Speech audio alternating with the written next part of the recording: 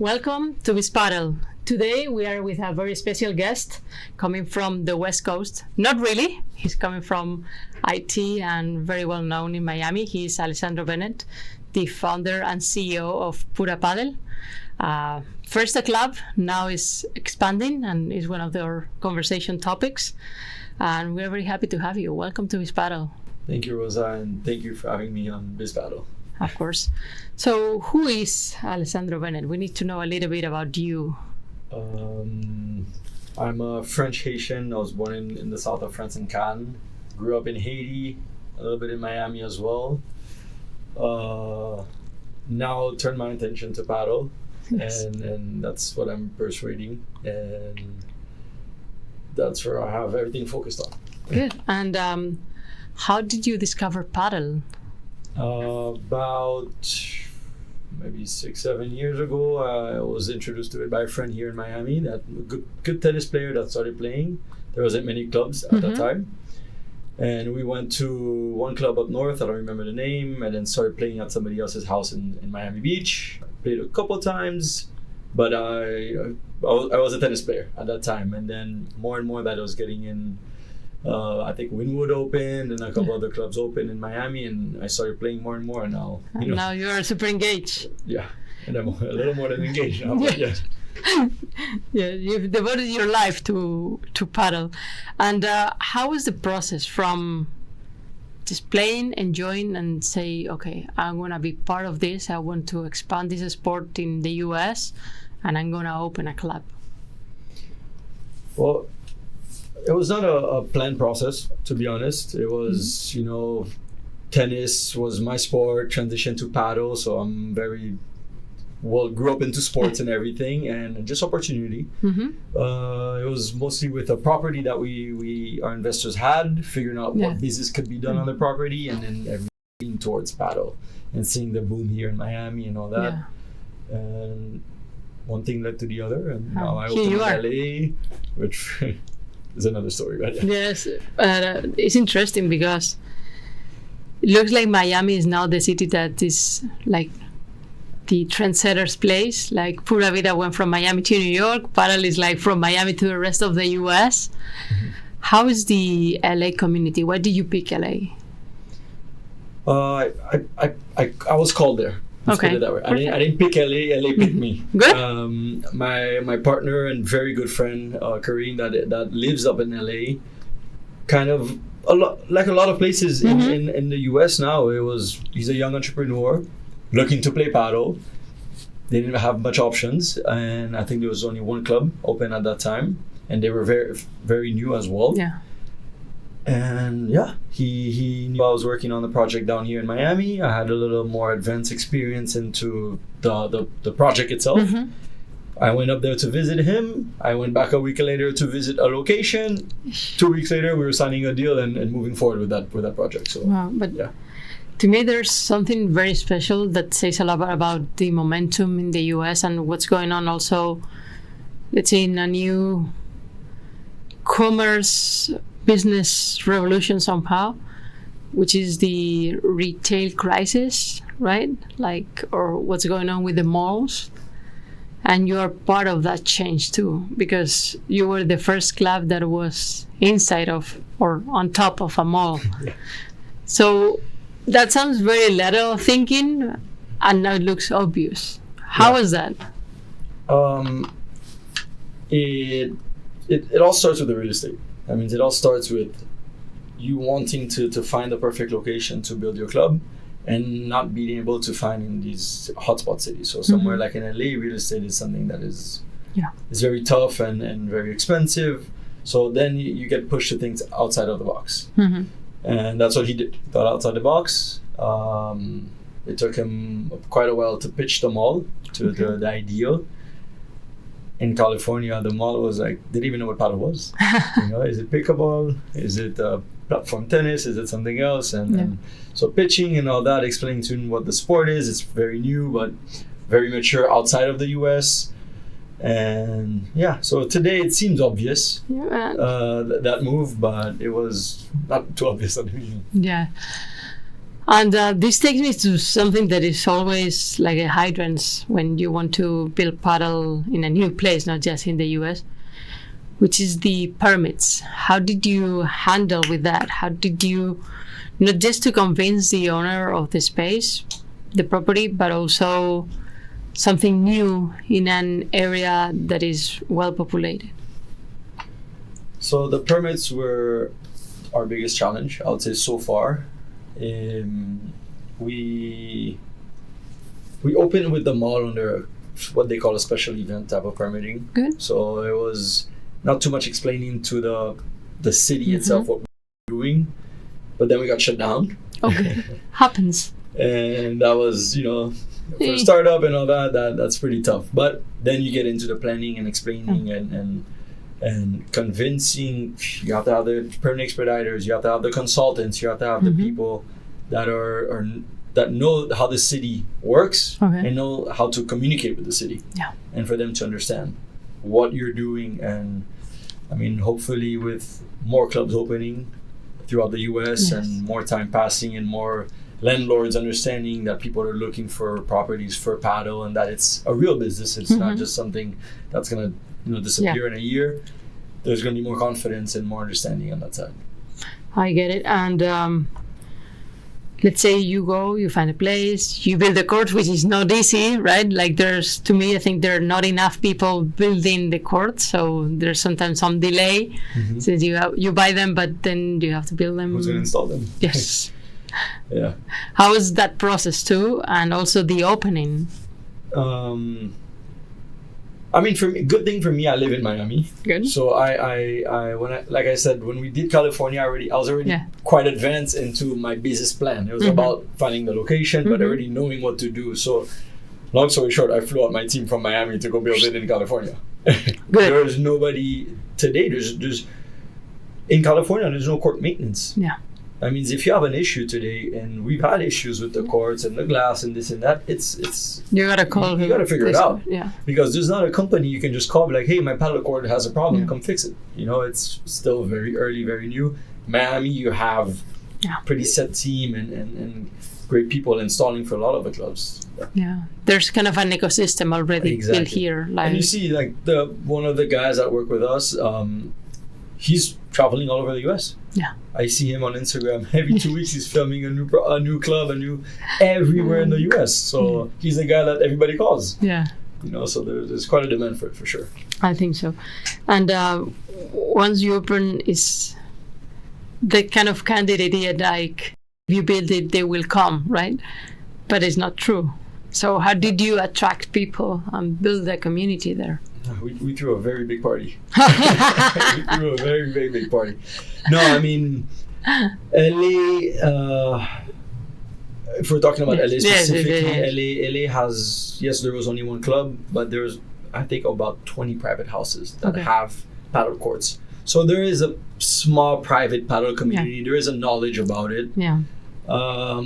So going up there, I was able to play at some friends of friends' houses and meet some people that play that have a pretty good level and all that. And when we were opening, we decided that instead of focusing on just finding customers for paddle, let's just bring people into the space. Okay. And we teamed up with a good production company, and we, like I said, we threw a very big party. Good. We expected to have 200 people. We had 500 people show up on that Saturday, and I let paddle sell itself. So you get on the court, you see it. They were cheering. Yeah, exactly. So we organized a little program. The pros of LA played, and a little show there, and we had DJ, music, some activations.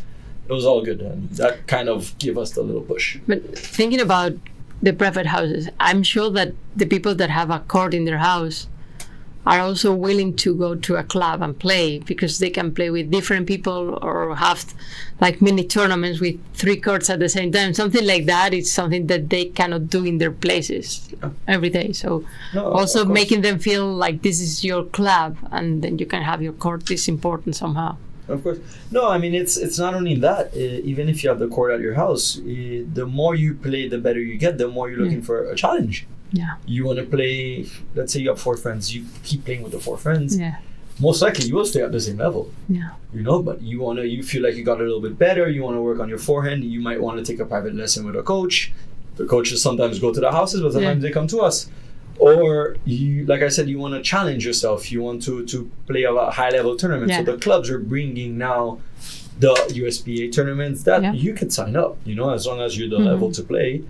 And you're able to play versus people that are in different cities or different states. It's just a challenge for you. So. No, it's part of the beauty. You were talking about the coach. You have Diego Leal there. Yes. He used to be at the USTA in Orlando. Where did you pick him, and how was bringing a new coach to a new city? We were introduced to Diego by a mutual friend in Los Angeles. Okay. A very, very good paddle player and great friend.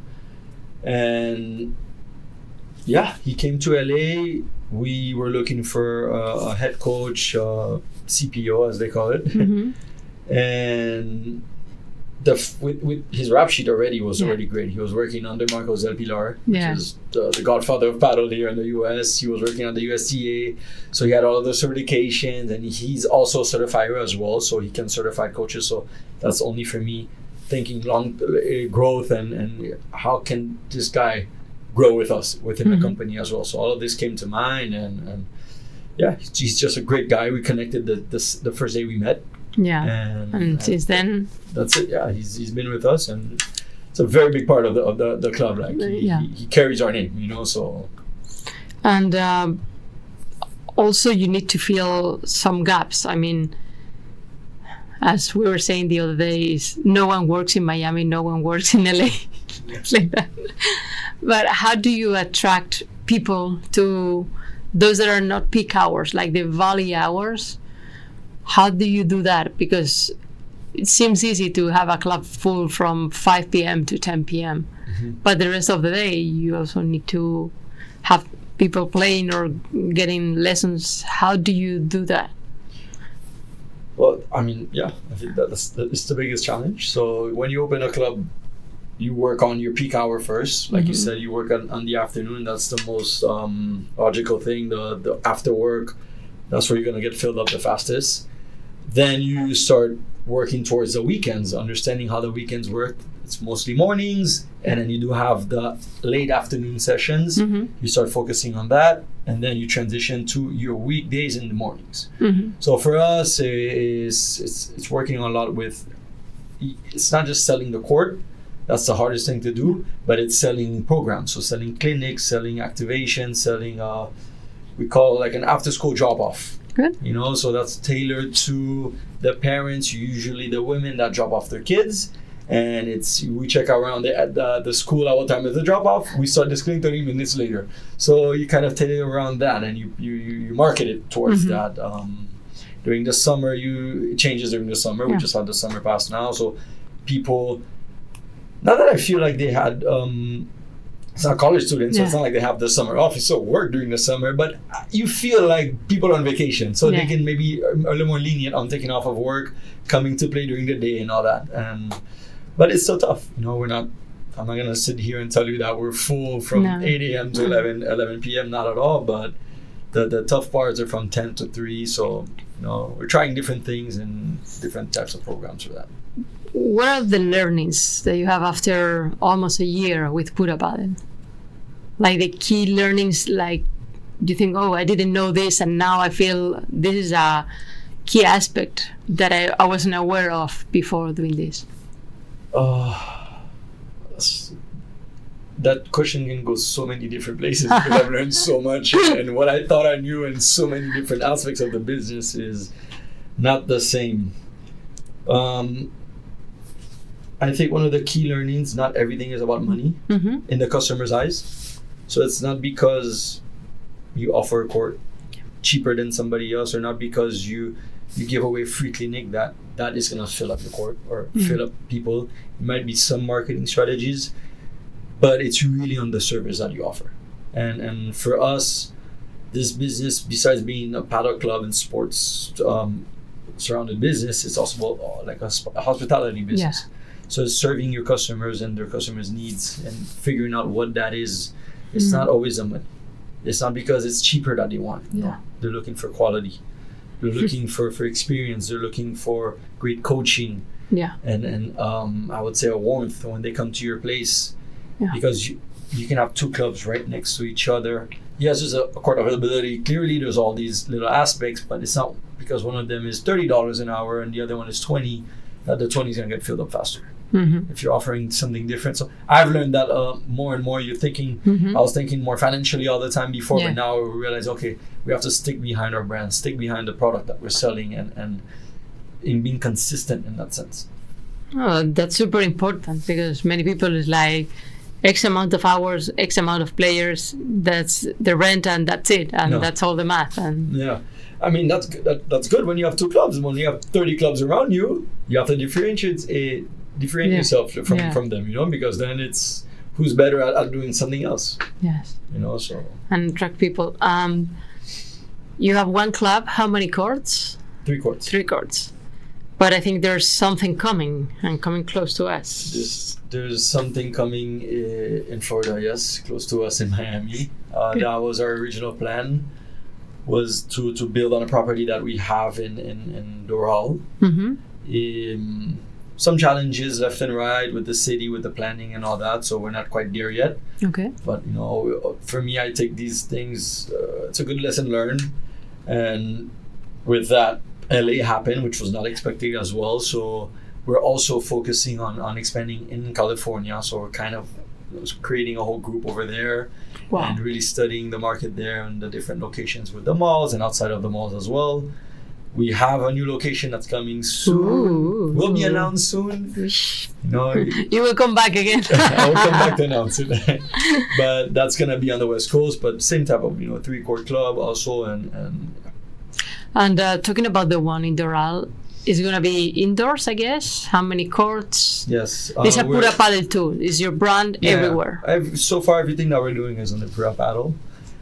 So yeah, we're trying to create that brand. Like I said, trying to be consistent around the clubs and everything, because Miami and LA, Miami, New York, Miami, Texas, these are places that business people travel to. It's very common cities in the US. So if you can have one in LA, you have one in Miami, you have one in LA, in New York, might as well have the same brand. Yes. Because most likely you might have a customer that will come to the 2 or 3 clubs, So Miami, we're planning to do 8 courts.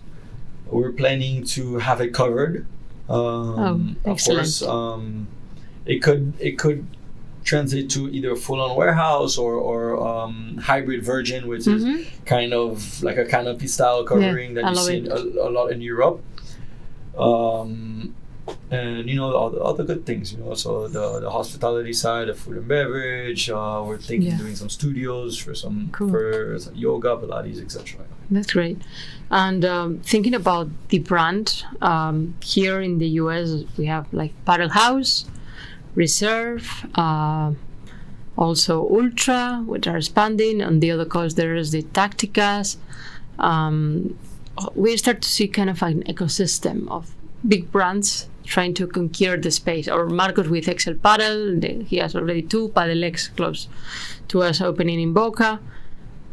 How do you envision that expansion? Do you feel like a membership could make a difference, or just people, as you said, some of them travel and they want to have like their third place somehow?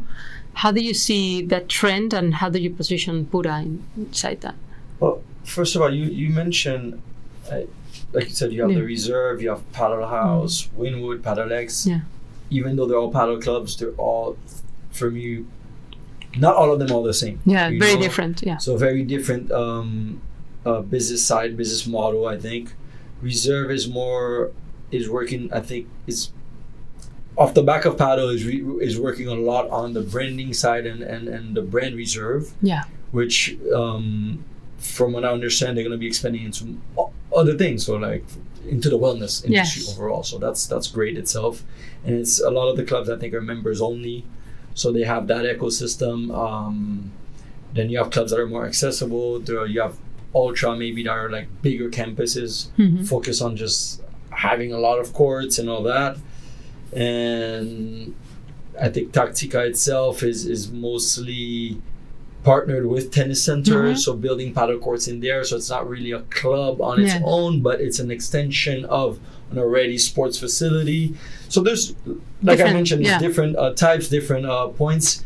For me, I see it like a hotel. Yeah.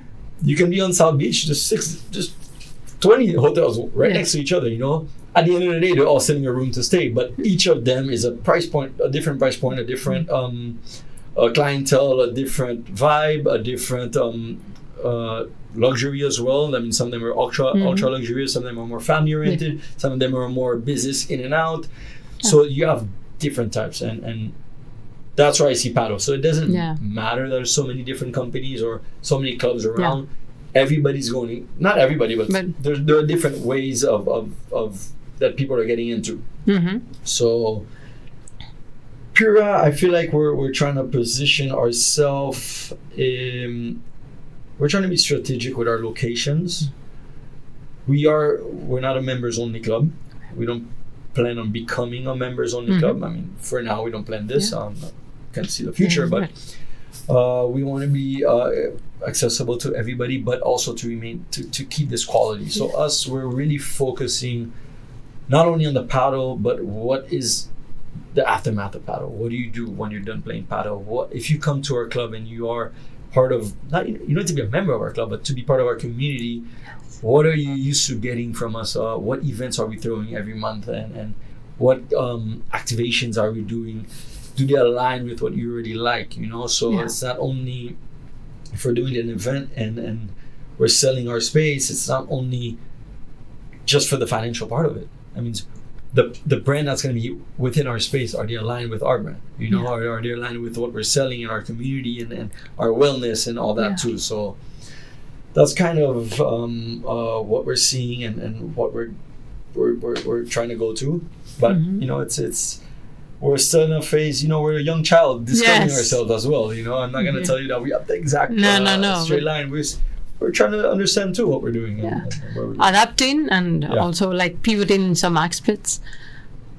Once people try paddle, do they stay? I have that intuition, but you have the data, right? So how is that discovery process? I mean, once they get on the court, they stay.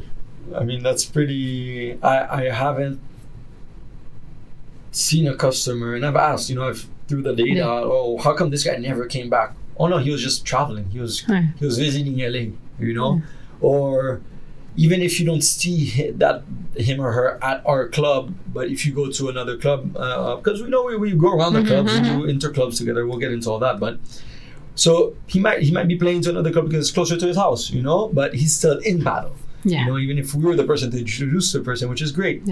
But it's hard. I have not seen that decline of people trying it and not coming back or not liking it. There's no reason. If you're, like I said, if you walk into the court, most likely if you walk in twice, for sure you stay. Yes. One time, you know, you might not come back for a reason, but the second time you try it, you're here. Yeah. But what you were saying about the Inter Club, I think is super interesting because there's the LA Invitational, right? Which like famous, high-end, private houses. Now this month they are doing like an LA Interclubs. Yes. And then they have like a new league between like cities and all that. How is all that ecosystem of competing against clubs, players, and traveling around the country? So for us, the Interclub, I just think it's amazing. When you see it's all the club owners. And by the way, in the Interclub in LA now, there's one of the clubs that are not even open yet. Oh, they don't wow. even have a club yet. Cool. That means they're building. It's LAPC. The club is coming. It's going to be a beautiful space.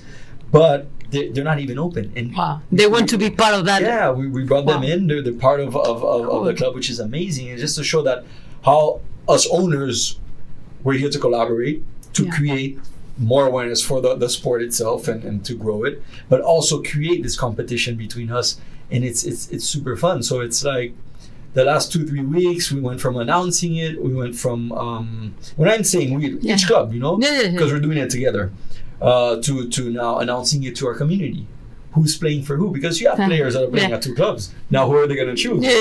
And we're preparing the shirts. Actually, tomorrow is the the party. Yeah. So where we're gonna announce the teams and show cool. everybody and give everybody their jersey. Oh, So these are cool little The things. momentum. Yeah, and, exactly. And then we're playing Saturday and Sunday to compete for the who wins The the LA LA Cup. Cup. You know. Wow. So Pura built this team. We have a team of the pros playing. We have 2 pros.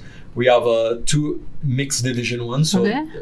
advanced women, advanced men playing Cool. together, and then you have division 1, 2, and 3 that Okay. each have women and men in it. You know, so it gives the ability also to your members that or your community that you don't need to be a pro to play. We're Yeah. creating competition for all levels. Yeah, you have the chiquitas too, right? Yeah, Like- the Chiquitas as well, which is all women's. It's amazing what Khadija's doing as well. So It's Yeah. super funny. And when you talk to your friends, those that know you, like, let's say from high school, from school, from when you were a kid, and they see you so into paddle, what do they tell you? How do they feel when it's like, but it's a business, not just for fun? Why are you doing this? How do they feel about all this? well, I would say almost all my friends now play paddle. What I was thinking, like, Almost all my friends now play paddle. I do have some Haitian friends that got into the business as well, and they have a company in the DR. They did a beautiful. It's called Grove Paddle Club, so they did a beautiful club over there. So I see some people getting into it, but I mean, for me, I'm someone I like to call myself an entrepreneur. Yeah. You know, so I always try to do different business and all that. So I just got into it. You know, I just got into it and really got into it in that sense. So. It was so obvious that you couldn't skip it, Yeah, right? I guess. I guess so. So you were talking about the LA club, Doral. What can we expect from Pura in the next 2 years? So, building a club is tough. Building your first club, building your brand, understanding the business, especially a business like this, which is just new overall. There's not a playbook for it, you know, especially in the US. I think we got through that challenge and then building the first club. Now you have the challenge of building the second club and how in operating in a different city. This is what we're working on right now in California. We're going to be opening in a different city, but in California. And figuring out how you create that umbrella that's going to manage two clubs and the team and not being there and all that. I think that's your second biggest challenge. Once you can master that, for me, you can go from 1 to 2 to 4 to 10 clubs. Okay. It's just about how you manage growth and your team around. So I'm really focused on the second location. Good. Building this up and also while working on Miami. That's kind of like taking longer than we expect. But I'm confident that once I can prove that once whatever we did for the first club, we can replicate it. Yeah. And replicating is not only in looks or in building, it's also replicating the vibe, the warmth, the atmosphere that you have and the events that you have in a different city. If I can prove that I can do that, it becomes easier for me to expand and open multiple clubs. When you talk about Miami, do you think there's still room for more clubs in the city? I mean, yeah.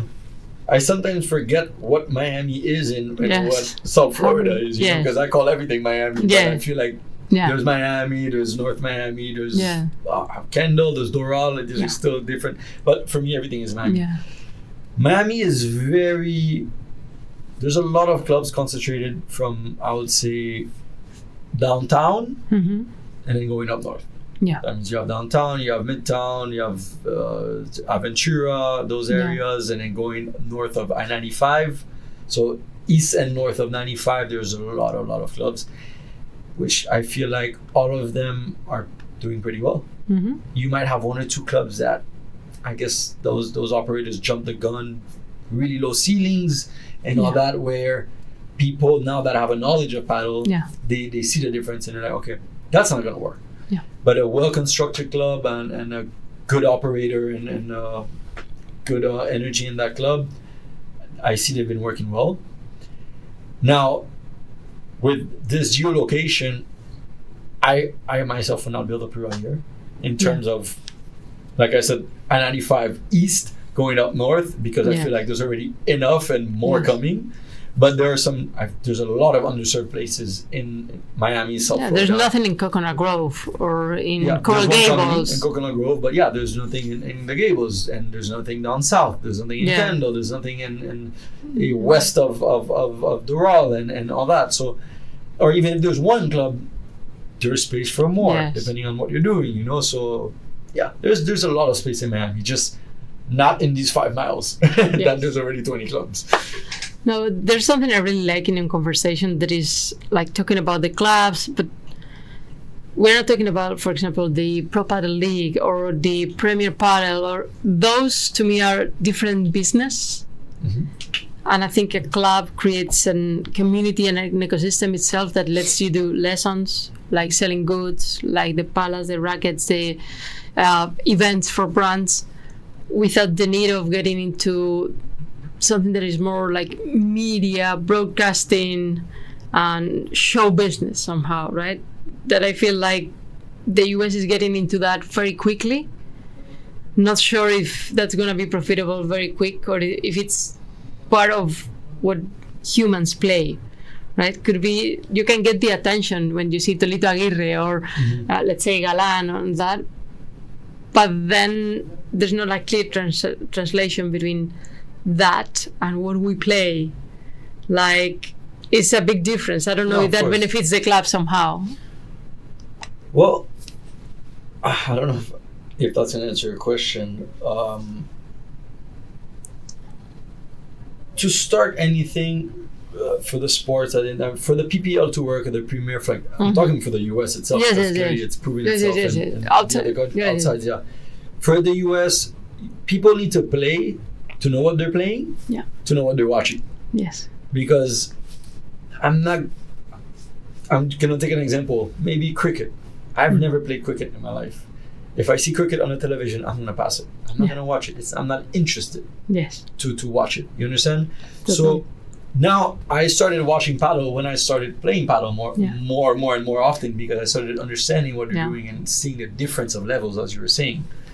So I think, the PPL now in the US is maybe not making money yet, but it's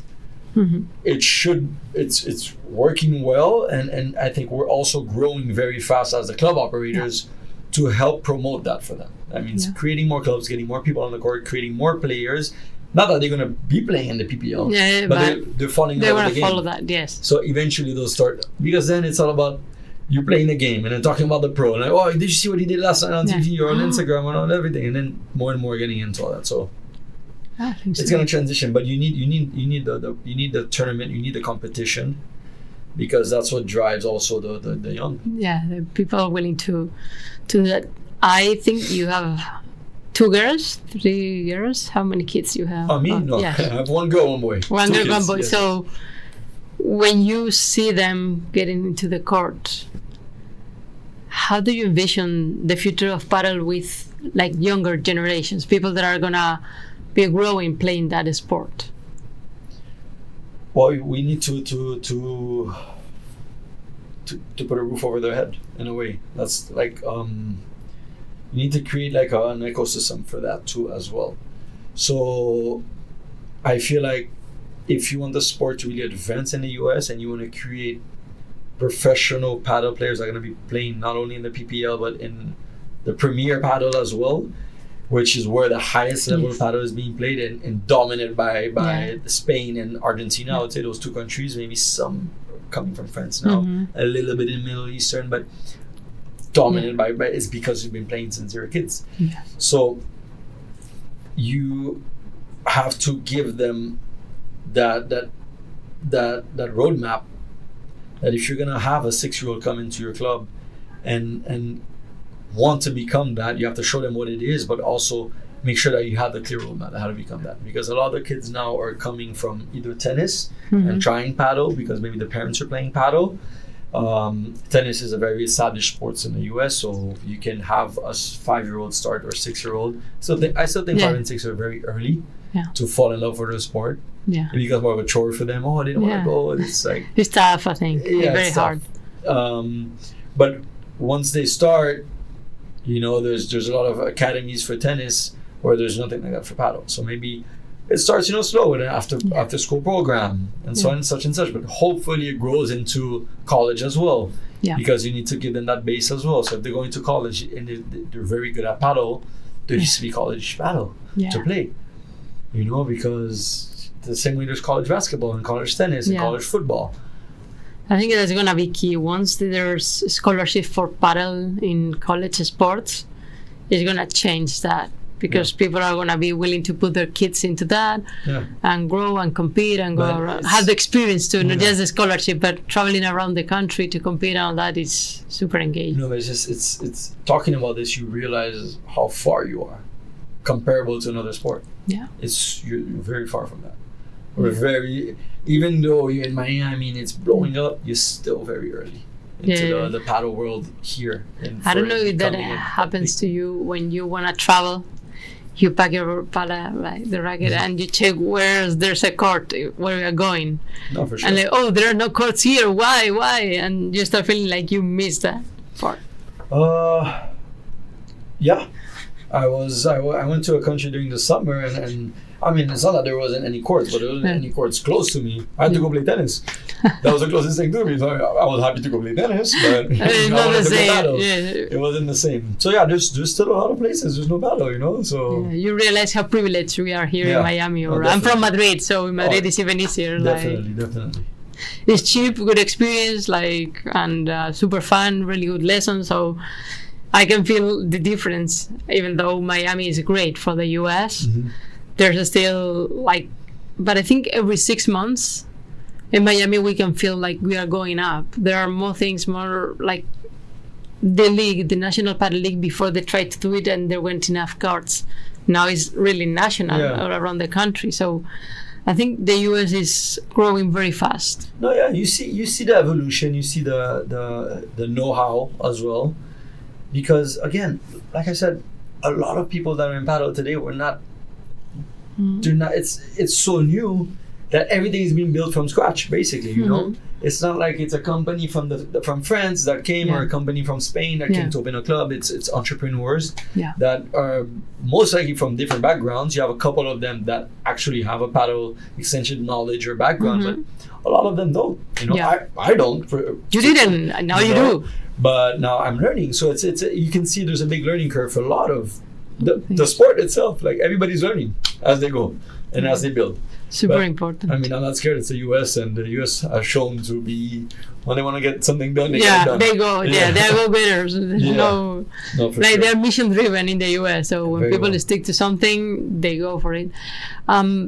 Before you leave, when are we gonna see you again? And seeing you again here means you have news to share. Like when are you planning to open the Doral Club or the next new in LA?